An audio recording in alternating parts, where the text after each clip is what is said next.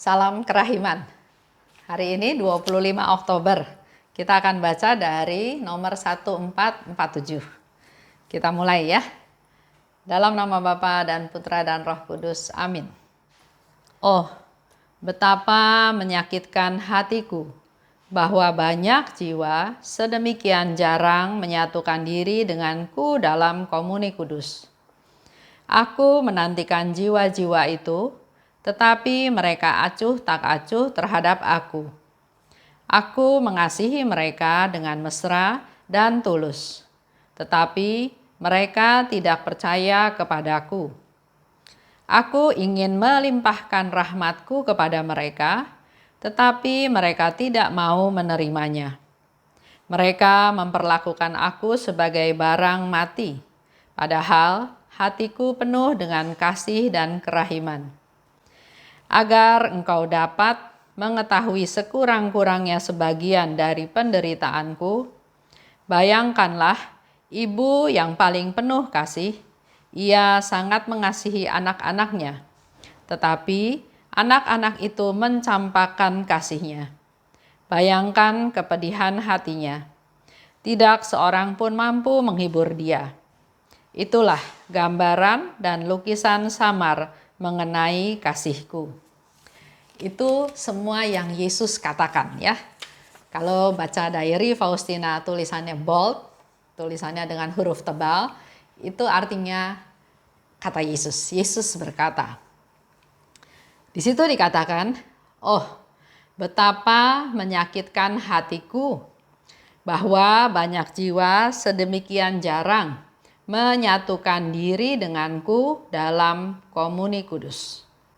Yesus katakan banyak jiwa yang jarang menerima komuni kudus. Padahal di satu pihak Yesus sangat rindu ingin sesering mungkin bersatu dengan kita. Sebetulnya setiap orang Katolik yang sudah dibaptis, sudah menerima komuni pertama, dia sudah bisa menerima komuni setiap hari.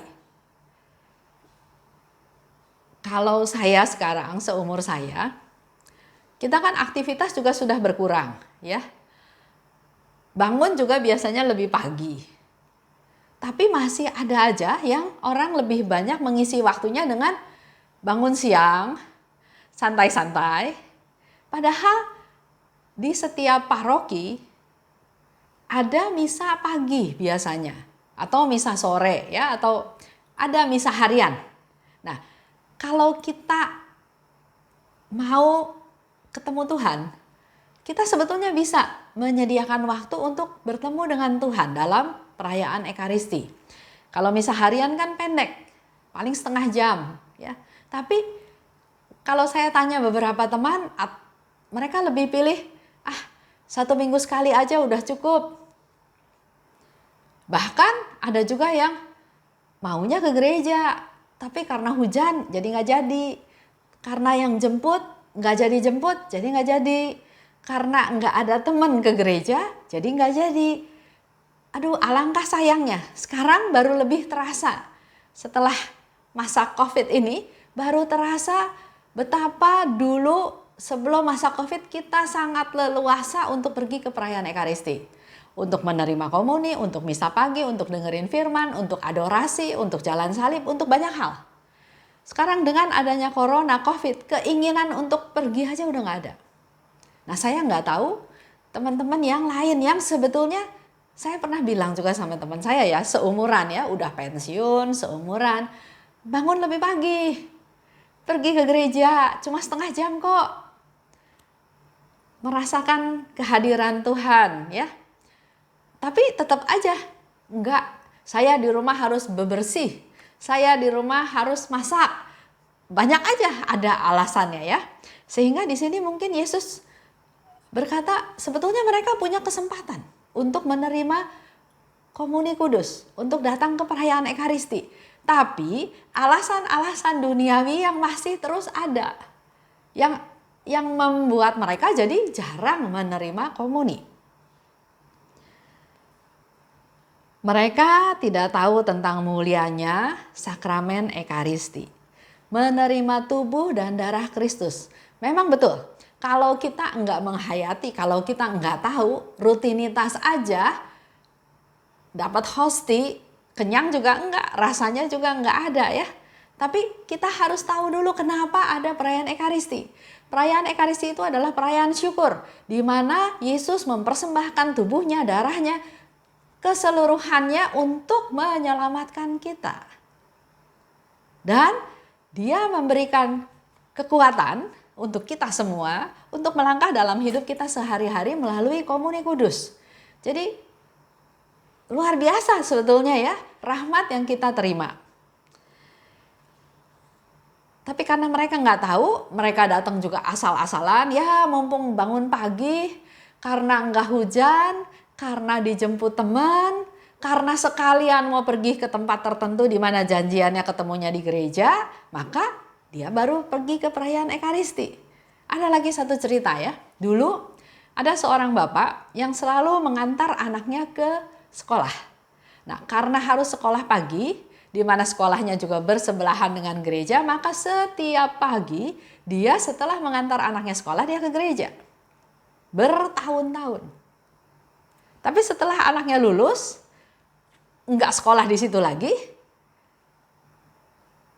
si ayah nggak ke gereja lagi. Ini menjadi satu pertanyaan sebetulnya ya. Dia pergi ke gereja itu karena sekalian nganter atau memang dia ada kerinduan untuk bertemu Tuhan. Itu dievaluasi sendiri ya. Ada yang datang terima komuni atau datang ke perayaan Ekaristi ya asal datang aja, yang tadi saya bilang. Mereka juga nggak gitu percaya, nggak terlalu percaya dengan mujizat Ekaristi. Mereka asal sambut aja, tapi juga nggak berpikir bahwa hal itu bisa mempererat. Kalau kita setiap hari, sama seperti kita minum suplemen ya, setiap hari kita minum suplemen itu, sedikit banyak suplemen itu akan berpengaruh dalam tubuh kita. Begitu pula kalau kita menerima komuni, menerima tubuh Kristus, mendengarkan firman Tuhan, harusnya progres hidup kita juga berubah. Dalam hari ini, dalam pengajaran hari ini, Yesus mau katakan bahwa aku sudi datang ke dalam jiwa-jiwa. Sudi menjadi makanan rohani dan makanan fisik. Ya. Makanan hosti itu betul-betul menjadi makanan. Contoh seperti yang saya pernah cerita ya, Theresia Neumann ya, orang Jerman. Dia berpuluh-puluh tahun hidup hanya dari hosti kudus. Minum juga enggak. Ya. Jadi hosti itu betul-betul makanan secara fisik dan juga makanan secara rohani. Yesus siap mencurahkan segala macam rahmat, tapi manusia hanya nerima aja. Enggak dipakai. Enggak ada kelanjutannya. Contoh yang gampang. Ada seorang ibu, dia emosinya gampang naik ya. Jadi dia berdoa minta kesabaran.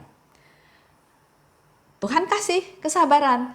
Tapi pada waktu dia menghadapi masalah, dia nggak pakai rahmat kesabaran itu. Yang dia pakai adalah emosinya lagi naik, marah. Sebetulnya Tuhan menjawab doanya untuk diberi roh kesabaran. Tapi dia nggak pakai. Roh kesabarannya tetap ada. Yang dia pakai adalah roh egonya, sayanya. Ya, itu yang terjadi. Jadi kita menerima rahmat, tapi rahmat itu nggak kita pakai. Kita enggak membuka diri, kita enggak bersyukur, kita enggak memuliakan Tuhan, bahkan kita juga enggak minta Tuhan datang lagi. Karena fokusnya adalah saya, sehingga kita enggak menerima manfaat daripada menerima komuni tersebut. Yesus katakan lebih lanjut, aku menanti-nantikan jiwa itu, tapi mereka acuh tak acuh terhadap aku. Kalau menurut saya, Tuhan Yesus pasti menggerakkan hati nurani kita masing-masing. Ada keinginan untuk pergi ke perayaan Ekaristi, ada keinginan untuk pergi ke gereja untuk menerima komuni. Tapi sering keinginan tersebut akhirnya ketimpa dengan banyak hal. nggak usah lah, nggak usah so suci. Nanti seminggu aja, hari Minggu aja pergi ke gerejanya terima komuni. Ada banyak alasan yang membuat panggilan Tuhan itu menjadi kita nggak peka lagi, jadi kita jadi tumpul. Padahal Tuhan di sini katakan, aku menantikan jiwa-jiwa itu, dan Tuhan menggerakkan hati nurani kita untuk datang. Tapi karena kita lebih fokus pada pikiran duniawi, kita jadi nggak peka. Karena kepekaan itu nggak dipelihara, lama-lama malahan jadi tumpul. Makin lama makin nggak bisa dengar suara Tuhan, nggak bisa dengar panggilan Tuhan. Contoh, kalau kita sedang mengalami suatu masalah, ya, ada keinginan atau ada kerinduan ingin pergi ke gereja. Itu juga menjadi salah satu cara Tuhan panggil kita, ya. Saya pernah baca di Alkitab juga di diary bahwa Tuhan itu bisa memakai berbagai cara untuk memanggil kita. Jadi Bapak Ibu harap peka. Kalau ada sedikit aja niat, ajakan, laksanakan. Jangan ragu-ragu.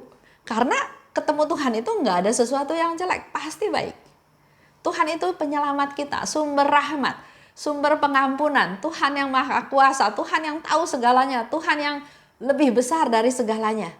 Jadi nggak mungkin kita nggak mengalami sukacita kalau ketemu sama Tuhan. Nah, tadi ya Yesus katakan mereka acuh tak acuh. Ya terima boleh, nggak terima boleh ya. Karena mereka nggak tahu maknanya. Nah, saya harap dengan bulan Oktober ini, bulan kita bicara bahas tentang Ekaristi, ada tambahan lagi tentang Carlo yang menjadi Beato, di mana itu juga bicara tentang mujizat Ekaristi. Semoga kita-kita yang tadinya masih suam-suam kuku, yang masih seperti robot, yang nggak terlalu peduli atau nggak percaya, ayo kita percaya bahwa ada banyak mujizat dalam perayaan Ekaristi, dalam Komuni Kudus. Yesus memberikan tubuhnya, ya. Dia memberikan dirinya, dia memberikan kasihnya melalui perayaan Ekaristi tersebut.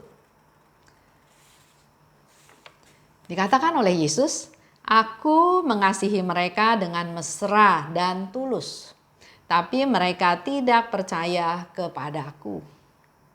Coba direfleksi ke diri masing-masing ya. Sekarang coba dengarkan, Yesus sedang berkata kepada kita, pribadi lepas pribadi. Aku mengasihi kamu dengan mesra dan tulus, tapi kamu tidak percaya kepadaku. Melalui kata-kata ini saya mau katakan bahwa kita jangan ragu sama kasihnya Tuhan. Kasihnya manusia itu bisa kecampur sama kepentingan pribadi. Contoh yang gampang, saya baik sama dia karena dia baik sama saya. Jadi ada sebab akibat, ada kepentingan. Saya baik sama dia karena saya butuh dia. Saya baik sama dia karena melalui dia saya bisa dapat koneksi. Jadi ada sebab akibat, ada kepentingan. Tapi kalau kasih Tuhan itu kasih yang walaupun, kasih yang tanpa syarat. Yesus katakan, aku mengasihi kamu. Dia nggak pakai syarat apa-apa. Oleh sebab itu, jangan kita nggak percaya kepada Tuhan. Maka, kalau kita mau supaya kasih kita juga menjadi murni, maka kita harus punya iman. Karena iman itu bisa menerobos sesuatu yang nggak kelihatan. Iman itu adalah sesuatu yang menerobos dari sesuatu yang kelihatan, masuk melalui yang kelihatan. Nanti kita bisa menuju pada sesuatu yang tidak kelihatan. Itu iman. Sering kita hanya lihat secara fisik. Secara fisik dia baik, saya lihat dia baik. Ya baik, ya itu secara fisik. Tapi kalau kita punya iman, kita bisa melihat sesuatu yang kelihatan baik. Nanti di balik itu kita bisa melihat sesuatu yang nggak kelihatan, yang artinya lebih besar. Contoh konkret ya, Saya menerima komuni. Komuni itu hosti ya, kelihatan. Tapi di dalam hosti itu ada yang tidak kelihatan, yaitu Yesus yang bertahta. Yesus yang nggak kelihatan, yang mau masuk ke dalam diri saya dan akhirnya dia bertahta dalam hidup saya.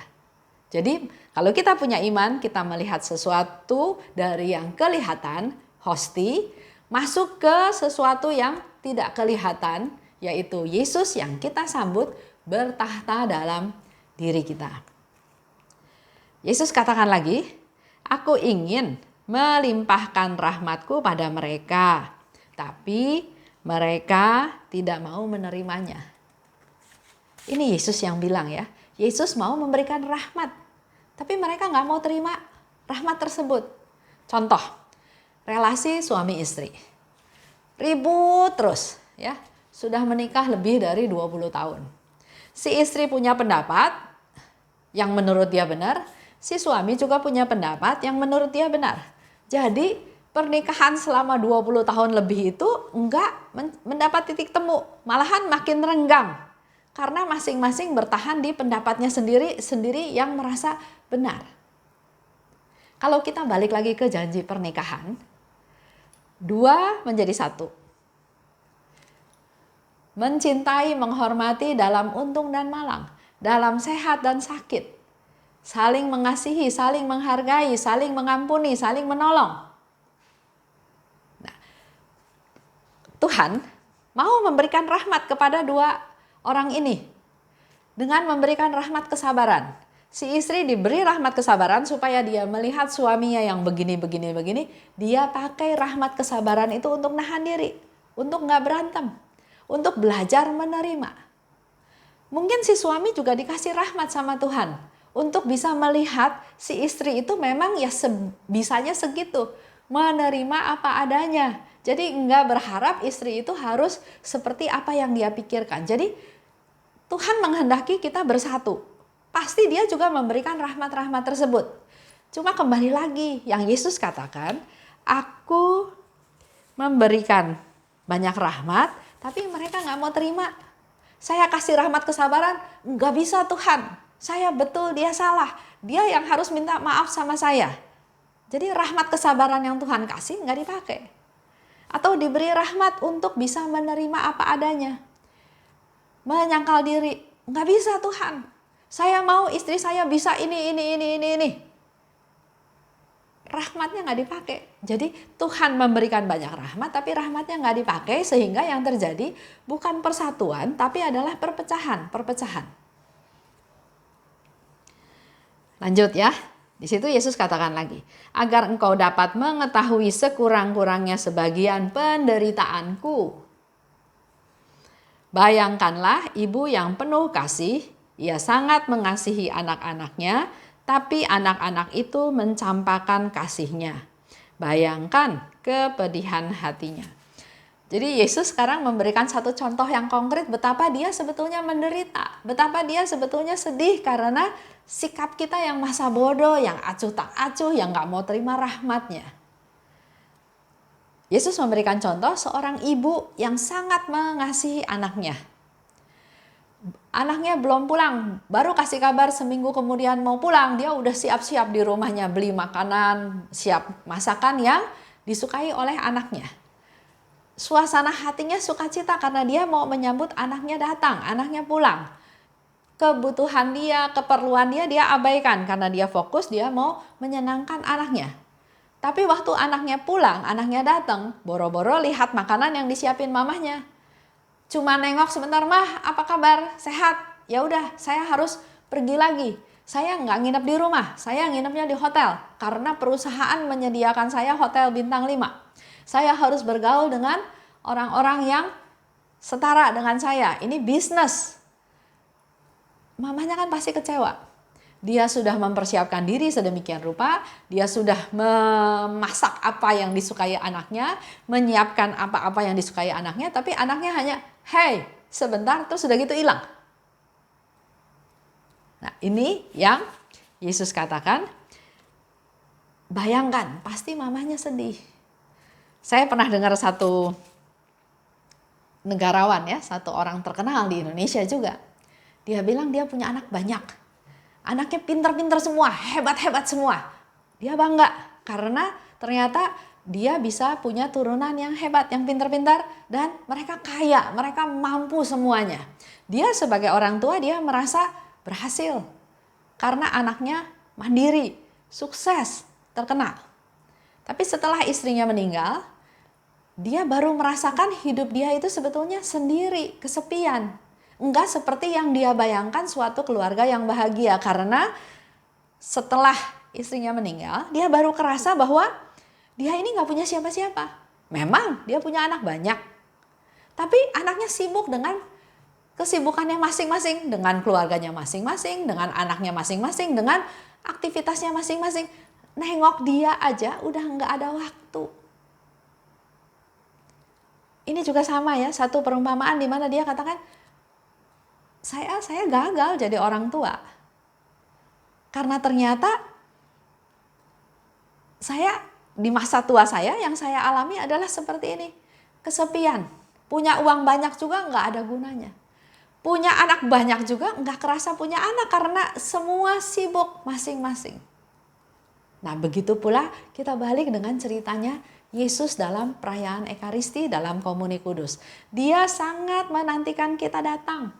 Dia ingin bersatu, dia ingin memberi kesukaan kita, dia ingin memberi kebutuhan kita, dia ingin memberikan apa yang dia punya. Tapi kita cuma datang, hey, udah itu pulang, nggak anggap semuanya lagi. Bahkan Yesus dianggap benda mati, diterimanya acuh tak acuh, nggak penting seolah-olah.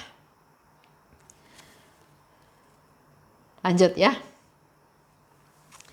Kita harus tahu juga bahwa si jahat itu selalu memerangi kasih. Jadi Yesus yang adalah kasih ingin memberikan kasihnya kepada ciptaannya, kepada kita semua. Tapi ingat, ada si jahat yang nggak suka kalau kita mengalami kasih Tuhan. Maka si jahat ini harus dilawan. Harus dilawan, jangan diikuti. Nah, si jahat ini apa yang tadi diceritakan? Banyak gangguannya. Pekerjaan, karir yang makin hebat, kekayaan yang makin numpuk, kesibukan, gaya hidup, macam-macam ya.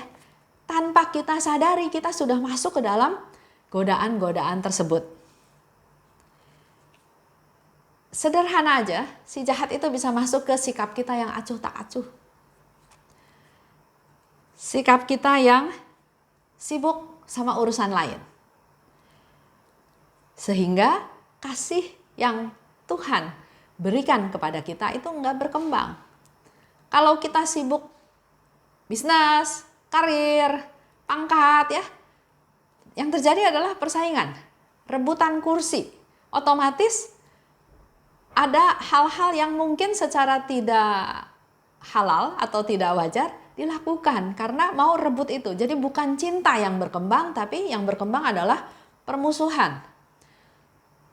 Merasa hebat, rakus, kesombongan, dan banyak hal. Nah inilah yang harus kita lawan. Dan kita lawan melalui Komuni Kudus. Menerima firman Tuhan, mendengarkan Tuhan, membiarkan Tuhan berkarya dalam hati kita, membuat hati kita peka untuk melaksanakan kasih yang dari Tuhan, maka pelan-pelan si jahat itu tidak akan mempengaruhi kita lagi atau menguasai kita lagi. Itu aja untuk hari ini ya. Kita tutup dengan doa. Dalam nama Bapa dan Putra dan Roh Kudus, amin. Allah Bapa yang Maha Baik, kami bersyukur dan berterima kasih karena kami semakin lagi diberi pencerahan oleh-Mu mengenai kerinduan akan Putramu Tuhan kami Yesus Kristus bersatu masuk ke dalam diri kami masing-masing. Ampuni kami bahwa kami sering acuh tak acuh, sering masa bodoh, bahkan kami lebih mengutamakan hal-hal duniawi. Ampuni kami ya Tuhan, karena kami berdosa, karena kami sudah menyia-nyiakan kasih yang berasal daripadamu. Dan melalui kesempatan ini kami juga mau berdoa untuk kedua orang tua kami masing-masing Tuhan yang sudah melahirkan kami, yang membesarkan kami, yang barangkali sampai hari ini kami juga belum membuat mereka senang. Ampuni kelalaian kami ya Tuhan, agar kami masih tetap diberi waktu untuk bisa bersama dengan mereka, mengasihi mereka, memperhatikan mereka di masa tuanya. Terima kasih Tuhan, dalam nama Yesus kami berdoa dan bersyukur. Amin. Dalam nama Bapa dan Putra dan Roh Kudus, amin. Salam kerahiman.